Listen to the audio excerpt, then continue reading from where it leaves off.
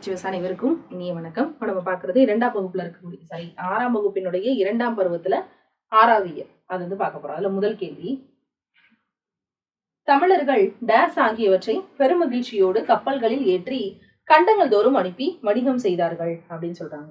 ஏலம் மிளகு முதலியவற்றை ஏற்றி களமேறி வந்தவன் தான் நாளினம் படைத்தவன்ல முடியரசன் இந்த பாடல் வந்து சொல்லியிருப்பாரு. அப்ப ஏலம் மிளகு முதலியவற்றை எக்களிப்பு மீதூர ஏற்றி என்ன செய்வாங்க, கண்டங்கள் ஏற்றி கண்டங்கள் தோறும் சுற்றி களமேறி வந்தவன் தான். களம்னா கப்பல். அப்ப ஆப்ஷன் ஏ, ஏலம் மிளகு.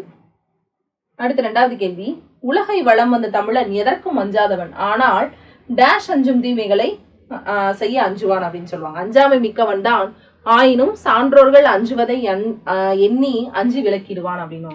சான்றோர்கள் இதெல்லாம் வேண்டாம் அப்படின்னு சொல்லி ஒண்ணு ஒதுக்கி வச்சிருப்பாங்களா, அதுக்காக பயந்து ஒதுக்கக்கூடியவன் அப்படின்னு சொல்லி. எதுக்குமே பயப்படாதவன், ஆனா பெரியவர்கள் வந்து ஒண்ணு வேணான்னு ஒதுக்கி இருந்தாங்கன்னா அதை செய்யக்கூடாதுன்றதுல பயப்படுறாங்க. அடுத்து, ஊர் நகரம் நாடு ஆகியவற்றை உருவாக்கியவர்கள் யார் அப்படின்னா, அரசர்கள், புலவர்கள், தமிழர்கள், சான்றோர்கள். ஊர் நகரம் நாடு இதெல்லாத்தையும் உருவாக்குனவங்க யார் அப்படின்னா தமிழர்கள். Option C. தமிழர்கள் பனி சூழ்ந்த டேஷ் தன் வெற்றி கொடியை நாட்டினார்கள், டேஷ் மூழ்கி முத்தெடுத்தார்கள் அப்படின்னா. இமயத்துல என்ன செய்வாங்க அப்படின்னா தன்னோட வெற்றி கொடியை நாட்டுவாங்க, ஆழ்கடலில் மூழ்கி என்ன செய்வாங்கன்னா முத்தெடுப்பாங்க.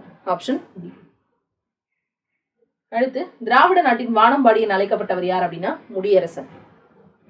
அடுத்து, சமர் அப்படின்றதனுடைய பொருள் என்ன அப்படின்னா போர். சமர் அப்படின்றதனுடைய பொருள் போர். கலாம் அப்படின்னால என்ன பொருள் தான், போர்னு தான் பொருள்.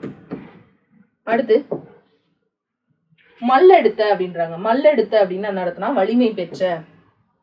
கலனி அப்படின்னா வயல். செய்னாலும் வயல் தான். செரு அப்படின்னாலும் இந்த செருனாலும் வயல் தான். அடுத்து, களம் அப்படின்னா கப்பல். எக்களிப்பு அப்படின்னா பெருமகிழ்ச்சி. மரம்னா வீரம். அப்ப அப்படி வச்சோம்னா 2, 3, 4, 5, 2, 3, 4, 1வது வந்து 2வது இடத்துல இருக்கு. அப்ப 2 வந்து 3வது இடத்துல இருக்கு. அப்ப 3 வந்து 4வது இடத்துல இருக்கு. 4 5ங்கிறது 3க்கு அப்புறமா 4ங்கிறது 1வது இடத்துல இருக்கு. 5 இப்ப 2, 3, 4, 1, 5. Option B. இப்படிதான் நிறைய இடத்துல குழப்பிடும். அடுத்து, மல்லெடுத்த திண்டோல் மரத்தால் வளப்படுத்தி ஊராக்கி ஓங்கும் நகராக்கி நாடென்ற பெருமை அவன் பெற்றான் அப்படின்ற நாகரிக மாந்தனவன் அப்படின்ற அந்த பாடல் வரிகள் யாருடையது அப்படின்னா கவிஞர் முடியரசனுடையது. நானிலம் படைத்தவன். குறிஞ்சி முல்லை மருதம் நெய்தல் அந்த நானிலம் கண்ட நாகரிக மாந்தனவன் அப்படின்னு சொல்லுவாரு. கங்கை நதிப்புறத்து கோதுமை பண்டம் காவிரி வெற்றிலைக்கு மாறுகொள்வோம். கங்கை நதியில் விளையக்கூடிய அந்த கோதுமை பண்டம் கொடுத்து காவிரியில் விளையக்கூடிய அந்த வெற்றிலையை நாங்க மாத்திக்கிடுவோம் அப்படின்னு சொன்னது யார் அப்படின்னா பாரதியார். Option B. முடியரசனுடைய இயற்பெயர் என்னது அப்படின்னா துரைராசு. அடுத்து, சுப்பிரமணியன் அப்படின்னா பாரதியாருடையது. சுப்புரத்தினம் அப்படின்னா அது வந்து பாரதிதாசனுடையது. கீழே கொடுக்கப்பட்ட நூல்கள் முடியரசனால் எழுதப்படாத ஒரு நூல். பூங்கொடி, வீரகாவியம், காவிய பாவை, பாவிய கொத்து. இங்கே காவிய கொத்துன்னு கொடுத்திருக்காங்க, அப்ப இது தவறானது. நானிலம் படைத்தவன் எனும் பாடல் எந்த நூல்ல இடம் பெற்றிருக்கு அப்படின்னா புதியதொரு விதி செய்வோம். Option B. அடுத்து, 13வது கேள்வி, அரிச்சுவடி அப்படின்றதனுடைய பொருள் என்ன அப்படின்னா அகரவரிசையினுடைய எழுத்துக்கள். அரிச்சுவடினா அகரவரிசை எழுத்துக்கள். அடுத்துதான் கீழே கொடுக்கப்பட்டுள்ள வேலையை கவனி. கடலும் கடல் சார்ந்த இடமும் நெய்தல் திணையினுடைய நிலம். கரெக்ட். பரதன் பரத்தியர் நெய்தல் இடத்துல வாழக்கூடிய மக்கள். கரெக்ட் தான். மீன் பிடிக்கிறதும் உப்பு விளைவிக்கிறதும் அவங்களுடைய தொழில். நெய்தல் இடத்துல மலரக்கூடிய மலர் வந்து என்னது அப்படின்னா தாழம்பூ. இதுவும் கரெக்ட். அப்ப அனைத்தும் சரி. Option D. அடுத்து, காதால் கேட்டு வாய்மொழியாகவே வழங்கப்பட்டு வர்றதுனால நாட்டுப்புற பாடல்கள் என்ன சொல்லலாம், வாய்மொழி இலக்கியம்னு சொல்லுவோம். Option B. கீழே கொடுக்கப்பட்டுள்ளவைகளில் நாட்டுப்புற பாடல்களாக கருதப்படுவது எவை அப்படின்னு கேட்கிறாங்க. மேற்கூறிய அனைத்தும். தொழில், தாலாட்டு, ஒப்பாரி பாடல் இது எல்லாமே நாட்டுப்புற பாடல் தான். கடலோடு விளையாடு அப்படின்ற நாட்டுப்புற பாடலை தொகுத்து வழங்கியவர் யார் அப்படின்னு கேட்கிறாங்க. சு சக்திவேல். நாட்டுப்புற பாடல் வந்து சொல்லும் போது சு சக்திவேல். கதிர்கூட்டல் சுடர். கதிர்ச்சுடரை பிரிச்சு எழுதும் போது கிடைப்பது கதிர்கூட்டல் சுடர். அப்ப ஆப்ஷன் பி. அடிக்கும் மலை அப்படின்றத சேர்த்து எழுதும் போது கிடைப்பது உடல் மேல் உயிர் வந்து ஒன்றுவது இயல்பேல மாவா மாறி அடிக்கும் மலை. அடுத்து, பொருட்களை பிறரிடமிருந்து வாங்குவதும் பிறருக்கு விற்பதும் என்ன சொல்லுவாங்க அப்படின்னா பண்டமாற்று அல்லது வணிகம் அப்படின்னு சொல்லுவாங்க. ஒருத்தர் வாங்குறதும் பிறருக்கு கொடுக்கறதுக்கு பேரு வணிகம். விற்கிறவரை டேஷ்ன்னு சொல்லுவாங்க. விற்கிறவரை டேஷ்ன்னு சொல்லுவாங்க. வணிகர். வாங்குறவர் என்ன சொல்லுவாங்கன்னா நுகர்வோர் அப்படின்னு சொல்லுவாங்க. அப்ப ஆப்ஷன் சி. அடுத்து, நம்மிடம் கூடுதலாக இருக்கக்கூடிய பொருளை கொடுத்து நமக்கு தேவையான பொருளை பெற்றுக்கொள்வதற்கு பேர் என்னது அப்படின்னா பண்டமாற்று வணிகம். தன்னாடு விளைந்த நெல்லை சாற்றி பிறநாட்டு உப்பின் கொள்ளை பெற்று அந்த இது சொல்லுவாங்க. அது வந்து நற்றினில் இடம் பெற்றிருக்கக்கூடியது. வணிகத்தை டேஷ் டேஷ்ன்னு ரெண்டா பிரிக்கிறாங்க. வணிகத்தை எப்படி சொல்லுவாங்கன்னா தரைவழி வணிகம், நீர்வழி வணிகம் அப்படின்னு சொல்லிட்டு. போர்க்களத்தில் வெளிப்படக்கூடிய குணம் எது அப்படின்னா வீரம் தான் வெளிப்படும்.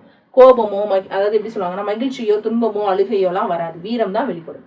நானிலம் அப்படின்ற சொல்ல பிரிச்சு எழுதும் போது கிடைப்பது 4 கூட்டல் நிலம். களம் ஏரி அப்படின்றது சொல்ல பிரிச்சு எழுதும் போது கிடைப்பது களம் கூட்டல் ஏரி. அந்த களமேரி எப்படி சொல்றாங்கன்னா உடல் மேல் உயிர் வந்து ஒன்றுவது இயல்பே, களமேரி. Option D. அடுத்து மீன் பிடிக்க கடலுக்குள்ள போறவங்க டேஷ் யார் அப்படின்னா மீனவர்கள். அவங்களுக்கு டேஷ் விளக்குகள் ஆகும். விடிவெள்ளியே விளக்கு அப்படின்னாங்க. விடிவெள்ளின்றது எதை சொல்றாங்க? விண்மீன்களை சொல்றாங்க.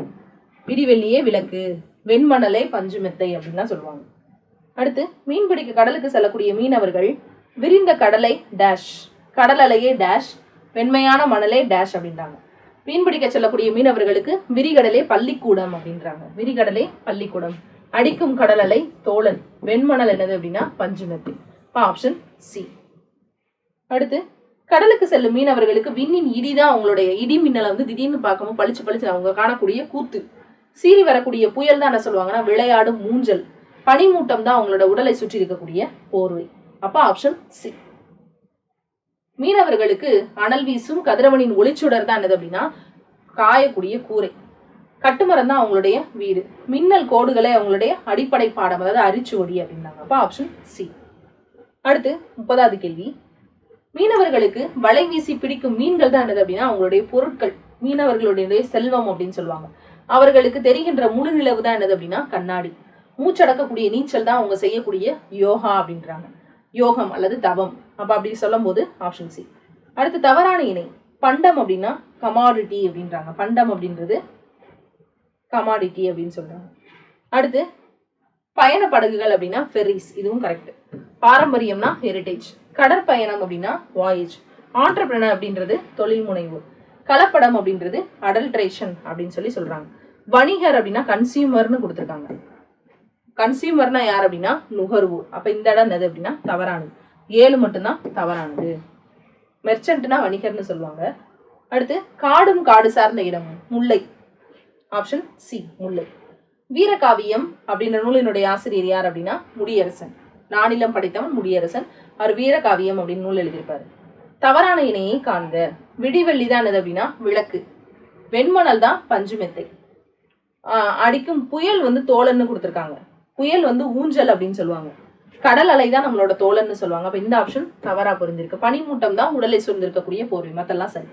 புறத்தை இருந்து வினா பொருளை தரக்கூடிய வினா எழுத்துக்கள் எப்படி சொல்லுவாங்கன்னா புறவினா அப்படின்னு சொல்லுவாங்க. புறத்தை இருந்து வினா பொருளை தர்றது. இப்ப அந்த அவனா அப்படின்னு கேட்கும் போது அந்த வினா எழுத்துக்களை எடுத்துட்டோம் அப்படின்னா அது பொருள் தரக்கூடியதாக இருக்கும். அப்படி இருந்துச்சுன்னா புறவினா அப்படின்னு சொல்லுவாங்க. அகத்தை இருந்து சுட்டும் போது அதுக்கு பேரு அகவினா அப்படின்னு சொல்லுவாங்க. அடுத்து அகத்தை இருந்து வினா பொருளை தரக்கூடிய வினாக்கள் என்ன சொல்லுவாங்கன்னா அகவினா அப்படின்னு சொல்லுவாங்க. அடுத்து கீழே கொடுக்கப்பட்டுள்ள வினை கவனி. வினா எழுத்துக்கள் 5ன்ட்டாங்க. கரெக்ட். இதுல ஏ, யா, ஆ, ஓ இது எல்லாமே வினா எழுத்துக்கள். இந்த ஏ அப்படிங்கிறது எதுலையும் வரும்? 2 இடத்துலையும் வரும். அண்மை சுட்டு செய்மை சுட்டு அந்த சரி அகவினா புறவினா 2க்குமே வரும். அப்ப இதுல ஆப்ஷன் டி 2மே சரிதான். அந்த 2 கூற்றுமே சரி.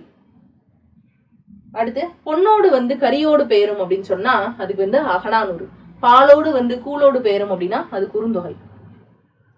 சுட்டெழுத்துக்கள் மாற்றம் பெற்று சுட்டு திரிவுகளாக பொருளை தருவதற்கு பேரு சுட்டு திரிவு. ஆ இ ஊன்ற சுட்டெழுத்துக்கள் மாற்றம் பெற்று அந்த இந்த அப்படின்னு திரியறதுக்கு பேரு சுட்டு திரிவு. அதான் இங்க கேட்டிருக்காங்க. அப்ப சுட்டு திரிவு ஆப்ஷன் டி. ஆ இ ஊன்ற சுட்டெழுத்துக்கள் மாற்றம் பெற்று டேஸ் என வழங்கப்படுது. அந்த இந்த என வழங்கப்படுது. இதுக்கு பேரு தான் சுட்டு திரிவு. அடுத்து அக்காலத்தில் அருகில் உள்ளவற்றுக்கும் தொலைவில் உள்ளவற்றுக்கும் இடையில இருக்கிறத சுட்டி காட்டுறதுக்கு பயன்படுத்தக்கூடிய எழுத்து தான் ஊங்கிற எழுத்து. இது இப்ப பயன்பாட்டுல கிடையாது. உவன், உதுக்கன் அப்படின்லாம் சொல்லுவாங்க. செய்மையில் இருக்கக்கூடிய பொருளை சுட்டி காட்ட உதவுது தான் அங்க இருக்கு அப்படின்னு சொல்லக்கூடிய ஆ. அண்மையில இருக்கக்கூடிய பக்கத்துல இருக்கு இந்த இவன் இது அப்படின்னு சொல்லும் போது இது அண்மைக்குரிய எழுத்து. அண்மையில் உள்ள பொருளை சுட்டி காட்ட உதவக்கூடிய எழுத்து இ. இது இவன் அப்படின்னு சொல்றது. சுட்டெழுத்துக்கள் சொல்லுக்கு வெளியே இருந்து சுட்டு பொருளை தருவதற்கு பேர் என்ன பொருள் அப்படின்னா புறச்சுட்டு. இப்ப எப்படி சொல்லுவாங்கன்னா புறச்சுட்டு. இப்ப ஆ வீடு அதை பிரிச்சா என்ன தரும்? வீடு. ஆ கூட்டல் வீடு அவ்வீடு, இம்மரம் அப்படின்லாம் சொல்லக்கூடியது. அடுத்து சுட்டெழுத்துக்கள் சொல்லுக்கு உள்ளேயே இருந்து சுட்டு பொருளை தருவதற்கு பேர் என்ன பொருள் அப்படின்னா அகச்சுட்டு அப்படின்னு பேரு. அதுக்கு வெளியில இருந்து பொருளை தந்துச்சுன்னா அது புறச்சுட்டு. கீழே கொடுக்கப்பட்டுள்ளவைகளில் எந்த எழுத்துக்கள் சுட்டெழுத்துக்களாக பயன்படுத்தப்பட்டிருக்கு? ஆ இ ஊ என்பன சுட்டெழுத்துக்கள். வினா எழுத்துக்கள் மொத்தம் 5. அடுத்து ஏதாவது ஒன்றை சுட்டிக்காட்ட வரக்கூடிய எழுத்துக்களுக்கு டேஷ் அப்படின்னு பேரு, சுட்டெழுத்துக்கள்னு பேரு. பாடுபட்டு தேடிய பணத்தை புதைத்து வைக்காதீர் அப்படின்னு சொன்னது யார் அப்படின்னா Avvai. Option B. Demand draft அப்படின்னா என்ன அர்த்தம் அப்படின்னா வரை ஓலை அப்படின்னு அர்த்தம். டிமாண்ட் டிராஃப்ட்னா வரை ஓலை. டெபிட் கார்டுனா பற்ற அட்டை. ஆன்லைன் ஷாப்பிங்னா இணையதள வணிகம். கிரெடிட் கார்டு அப்படின்னா கட்டண அட்டை. அப்ப ஆப்ஷன் ஏ. அடுத்து பண்டமாற்று அப்படின்றது சேர்த்து எழுதும் போது கிடைப்பது பண்டம் கூட்டல் மாற்று பண்டமாற்று. Option A. இந்த மகரம் கேட்டுரும் பண்டமாற்று. இதோட இரண்டாம் பருவத்துல இருக்கக்கூடியது எல்லாமே முடியுது. அடுத்து 3ஆம் பருவத்தை நம்ம அடுத்த வகுப்புல பார்க்கலாம். நன்றி.